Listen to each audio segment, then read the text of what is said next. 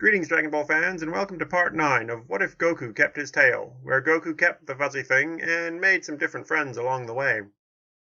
After taming his inner beast, followed by his space brother Raditz, and then his space prince Vegeta, Goku gathered them all together under the prince's request to rid the universe of the tyrant that was Lord Frieza, who tried to blow up the Earth. They then ran headfirst into the androids, 17 and 18, on which Vegeta took out his growing inferiority complex, and then some. His grudge with the lowly Kakarot was then left hanging after he chose to give up on his pride for the mindless power of the berserker, wrathful form of Ikari, or Uzaru, sans fur. We left things last time neck-deep in the 25th World Martial Arts Tournament. Goku has just punched out Hercule as the final round before the quarterfinals begin. But something is amiss. Piccolo is quietly freaking out, but lacking his inner Kami, he is not entirely sure why. Shin and Kibito were rather easily eliminated from the tournament by Raditz and Gohan, respectively, but they haven't left yet. They are in the crowd, casually making eye contact with the Namekian from time to time. Videl's initial reaction to seeing her father so thoroughly ousted is disbelief. But once she's out by his side, hoisting him up with Gohan's help, she can see the ease with which Gohan lifts the big guy, and their recent time training together comes back to her.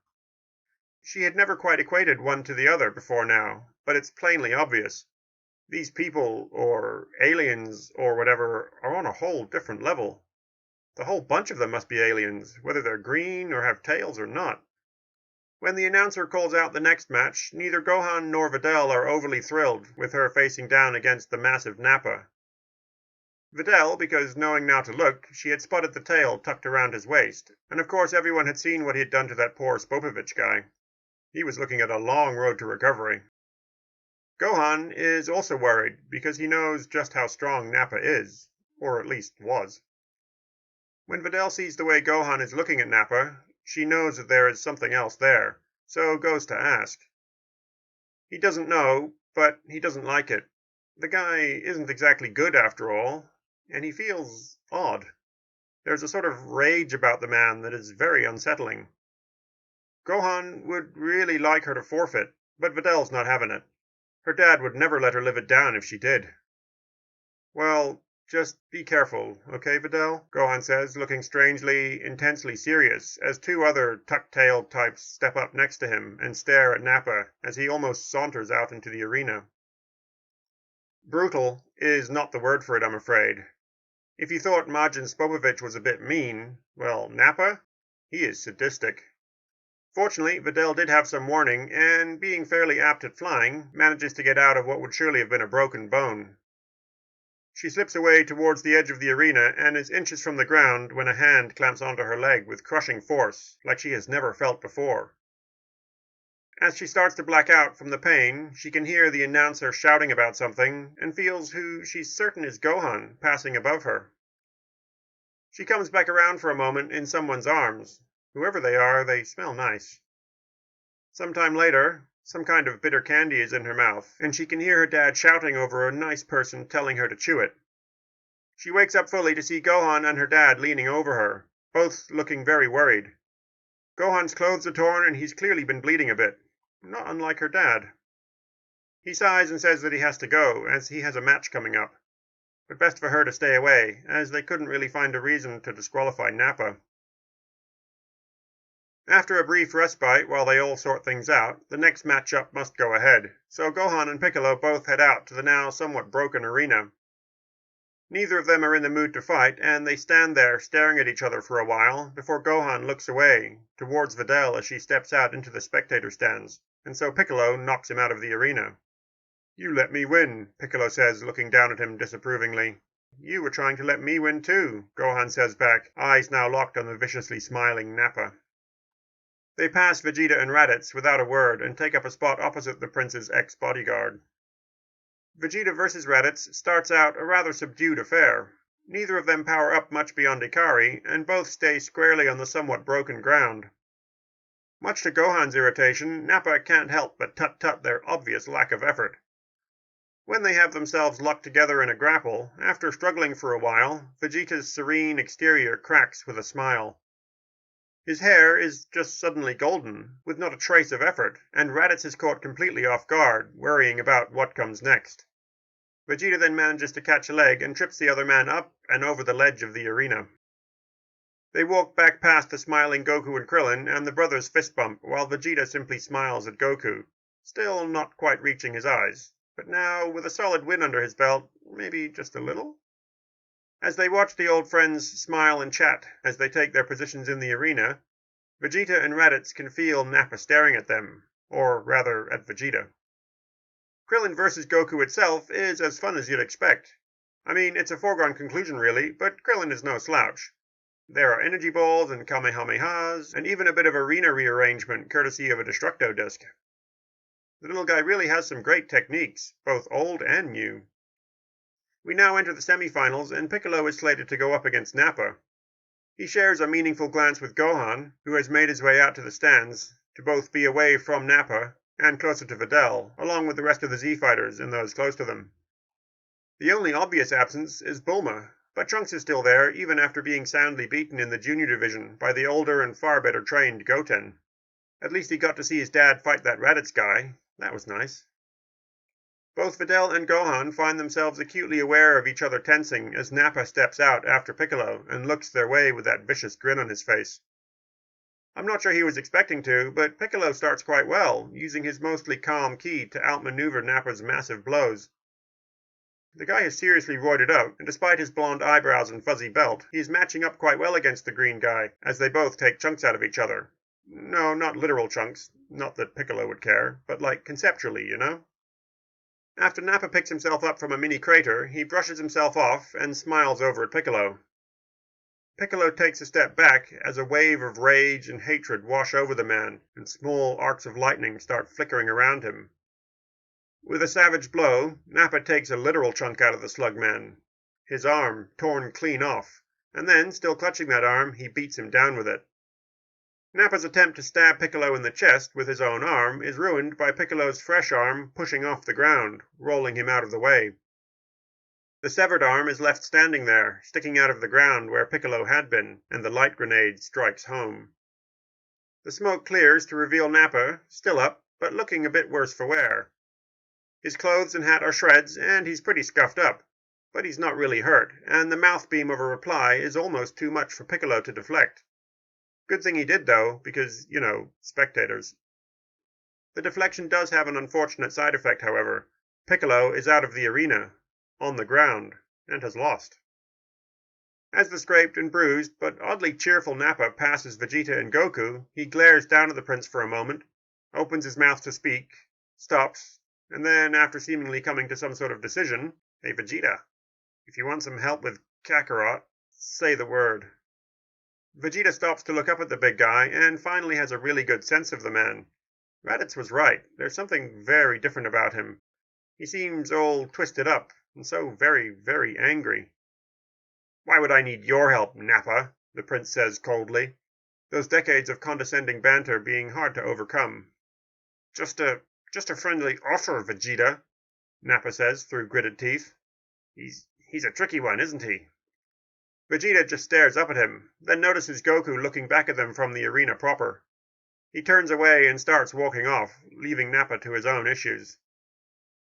"Just look my way, Vegeta," Nappa calls out after him, "if you want a little boost." Vegeta glances back at the strange shell of a man he thought he knew. The years have not been kind to him, have they? And what does he mean, a boost? Just by looking? Is it that silly lightning thing? Why hadn't he just gone Super Ikari instead? It's way more than the doubling or whatever from that new form he'd found, granted. Vegeta tisks and turns back to the whole reason he'd bothered showing up for this parade of simpletons. There is little ceremony as both Goku and Vegeta get stuck into things. They skip the slow build-up and Vegeta goes full tilt. While there is green energy, there is none of the mindless rage. He is calm and methodical against Goku's still base Ikari, and Goku is obviously loving it. As the battered Goku looks back up at the rather smug Vegeta, he can't help but smile, half amused, half curious as to what's going through Kakarot's head. Vegeta smiles back and finally notices a small ball of light in Goku's hand. Is that a power ball? What's he up to? Why would he use the Azaru? It's such a monumentally pointless form that even the prince does not lament being the only full-blooded Saiyan on the block who lacks a tail. They float there, well above the arena, as the crowd goes silent. While still holding the energy ball in his hands, Goku is not strictly Goku anymore. With the ball's radiant energy bathing him, almost point blank, there is a pulse of golden and then red as Goku shifts right before Vegeta's eyes. His senses are almost overwhelmed by the eruption of power and light. It's unlike anything he's felt before. No, that's not true. He has felt this before. But where? When? Then he laughs. Of course, that's it, wasn't it? This is how he'd won all those years ago. Well, he had learned things too. In the depths of space, where he had spent much of the past 7 years, Vegeta had tamed that green beast as well. He had struggled and destroyed entire star systems before finally reining it in. The beam struggle that all this ends up in is something to behold. He refuses to let Kakarot best him again, but they are so evenly matched. Vegeta pours everything he can into it, every last scrap he has. He will not bow to him. He has been a Super Saiyan for years. He has trained relentlessly, by himself, with Nappa, even occasionally with Raditz before that match 7 years ago. He spares a glance down at Kakarot's brother, in the crowds next to his woman. They are all watching the pair of them, and Raditz has a huge grin on his face. He knew about this. Was he holding back too? Damn it, not like this, not in public, not in front of his son. The son he'd never actually spared a moment for. Why is he thinking about that? And why isn't Bulma here to watch him? Ah, there she is, stepping out into the stands with Nappa's woman. He then senses a boiling of something within Nappa, who is also staring up at them from the waiting area, and despite himself, he glances at the man.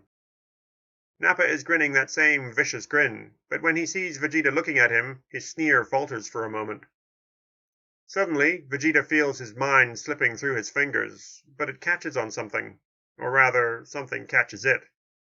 The dam bursts, lightning swirls around him, and Goku vanishes over the horizon. In the stands, Bulma and Mai find the Z-Fighters, and while they are a bit shy of Mai, given her boyfriend's antics, Bulma brushes that aside. When Mai had seen the news about the tournament, she had asked Nappa if he was going to attend, and then he just vanished.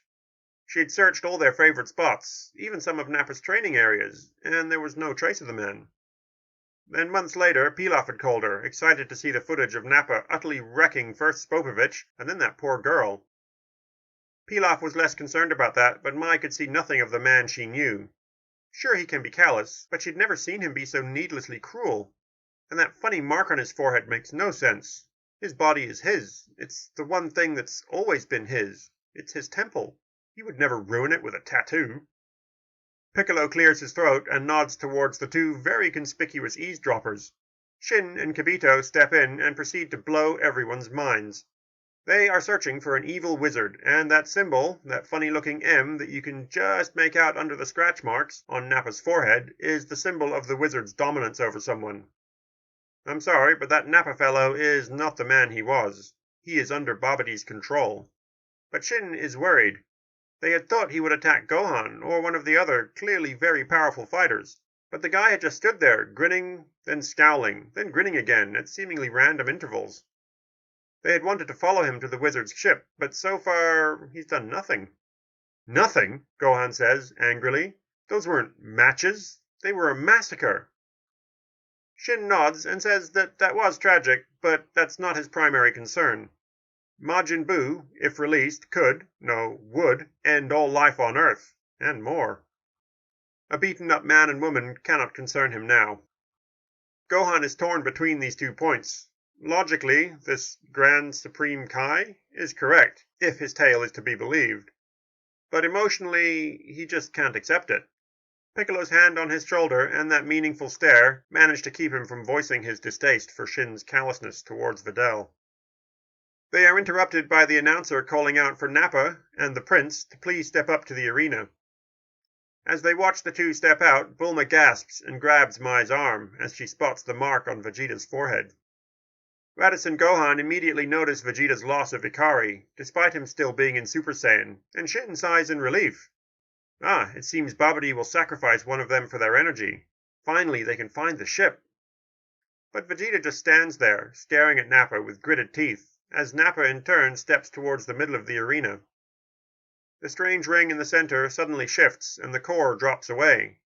Nappa stops at the edge for a moment, glances over at Mai with a worried look on his face before that sneer returns, and then he disappears into the ground. They can also feel Vegeta trying to move forward, and trying not to. Eventually, his foot moves, and he takes one awkward, halting step after another. He stops for a moment before the symbol pulses red, and he clutches his head. He screams as he topples forward into the hole, which promptly vanishes, leaving some pristine arena tiles in its wake. As the Z-Fighters look on in confusion, and Shin utters one divine curse after another, we will bring Part 9 to a close. First Nappa, and now it seems Vegeta, have fallen prey to the power of Babidi's Majin control. While they are both resisting as best they can, it seems it's not quite enough to keep them out of the wizard's clutches. Will Shin and the Z-Fighters be able to locate their compromised comrades in time? Or is it already too late? Find out next time on Dragon Ball, What If Goku Kept His Tail?